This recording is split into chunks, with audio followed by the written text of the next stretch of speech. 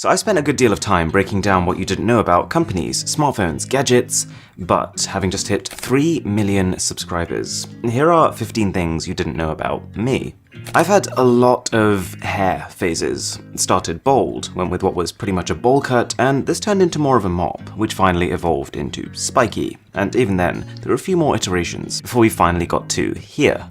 My favourite phone ever was the HTC One M8. So many good memories associated with it. It was the first time I had a camera I was genuinely excited to use, with portrait mode and cool filters.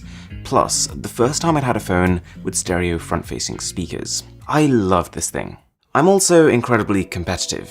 If someone beats me at something, I'd like to think I'm a good sport about it, but I will also already definitely be thinking about how to beat them next time. My job right now, being a tech YouTuber, is a bit of a weird one. It's not very well understood. Once you're in it, it makes sense. A company will send a product, I will use the product, I will tell you what I think. But it wasn't always like this. When I started, I had a little camcorder, not a lot of money, and the camera presence of, honestly, a vegetable. I realized that the YouTubers that were ahead of me, they were only going to continue to get further and further ahead because they had the large channels, they had all the contacts, they got invited to all the events. I didn't. And so, the only choice I had was to do two things. A. Software-based videos. If you've been following the Mrwhosetheboss channel for some time, you'll know I would make as many Android app videos as I could, because that's all I had the budget for. And B. I had this constant stream of buying and selling phones. I'd buy one in, I'd review it, then I'd sell it again, hoping to try and make back what I'd lost on the phone in ad revenue. It was not very successful. I would almost always lose money doing this, but it was the only way I could get the channel off the ground. I was a Windows user up until about the age of 14, and then Apple stole me. Since moving to a MacBook, I kinda just stuck with it. There have been a fair few times when I wished I could just jump ship back to Windows. Those laptops are more powerful, with often better heat management, but I just love the Mac software too much.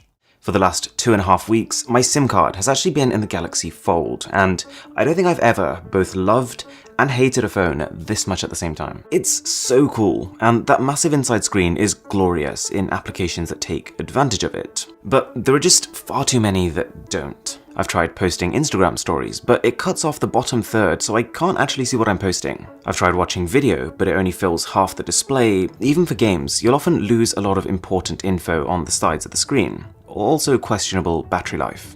I ditch about 50% of the videos I initially plan to make. I'll have an idea, usually just before I'm about to go to bed. I'll write it down, I'll get halfway through scripting it, and then just decide, actually, it wasn't that great of an idea.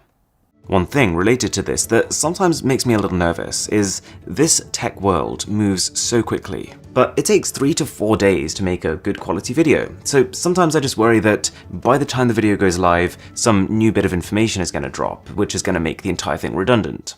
I've always been really good at maths and really bad at languages.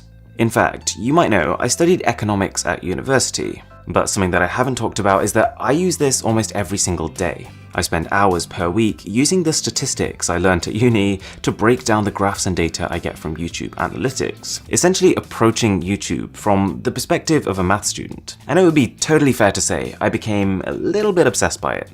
When the channel was just starting, I would regularly print out my Social Blade profile to keep track of my progress over time. If we just pick up the top one here, you can see I took this screenshot when I'd uploaded 164 videos and the channel had 3,202 subscribers. I'd plotted graphs predicting future growth, and of course, at the time I had absolutely no idea that within a few years, the channel would rocket past the absolute highest possible estimates I'd given myself. So that was my statistics out the window. To give you an idea, it took 7 years to get from 0 to 1 million subscribers, 1 year to get from 1 to 2 million subscribers, and 8 months to get from 2 to 3. You've probably seen this guy pop up in a few videos. This is Simba, he's just turned 1, and he's shaping up to be quite the tech reviewer himself. Work in progress. Look, it's the Samsung Galaxy Fold. Look, it's good. Before I started YouTube, I used to be a full-time follower of existing tech creators like MKBHD, and it's just crazy to think that a couple of months ago, I was literally at his studio. We were just sat there talking tech like old friends catching up. And that journey from being a viewer to being on the other side of the camera is just so surreal every time I think about it. My favorite piece of tech ever was probably the PlayStation Portable. I wasn't much of a home console gamer, so this is where a lot of those hours went. Games like God of War, Metal Gear Solid, and probably number one, Monster Hunter. In a normal day, I'd say I work between 12 and 14 hours. It's more than a lot of jobs, but I think when you work for yourself, doing something that can be super interesting, you don't mind as much. There are a lot of times I completely forget to eat meals, I completely forget what time it is, I forget where I am, but I'm happy. I'm doing something that I really, really love. If I had to pick my least favourite part of the job, it's probably emails. I never seem to quite finish them. You go through them in the morning before you start your main work, and by the time you get to the evening, everyone you just replied to has just sent back a message. But they're important, and I get some really funny ones too. They just come in out of nowhere and brighten your day. Hi Aaron, we are big fans of your beauty and makeup channel. Please reply to my massage on Instagram. Is there any chance you could buy me a PC? My mum thinks it's a waste of time and money, but I'm really good at Fortnite, I need a PC. And finally, I realise this is going to sound super cheesy, but I'm being deadly serious when I say that I wake up every morning grateful. This tech universe, it moves quickly, and things are bound to change, but even for the opportunities I've had until this point, I've got nothing but gratitude for. So thank you. Thank you for 3 million. Thank you for every time you've liked, you've commented on, or you've even just watched something that I've made. Thank you for the compliments. Thank you for the complaints. And most importantly, thank you for sticking with me. I've been doing YouTube for well over a third of my life, and every now and again I watch my past videos, just trying to comprehend who on earth saw this and thought, wow, I really enjoyed that, I want to see more of this, I want to support this person. And the answer is you guys. So I can't fully express how much it means to me.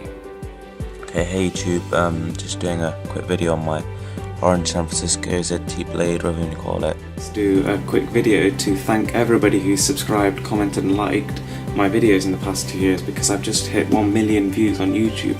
Okay, hi YouTube, Mrwhosetheboss here, and in this video we're going to be talking about the Nexus 6. So basically, this is the first time I've ever done this, and it's super exciting. Thank you so much, like it really makes me so happy. Thanks a lot for watching, and I'll catch you in the next one.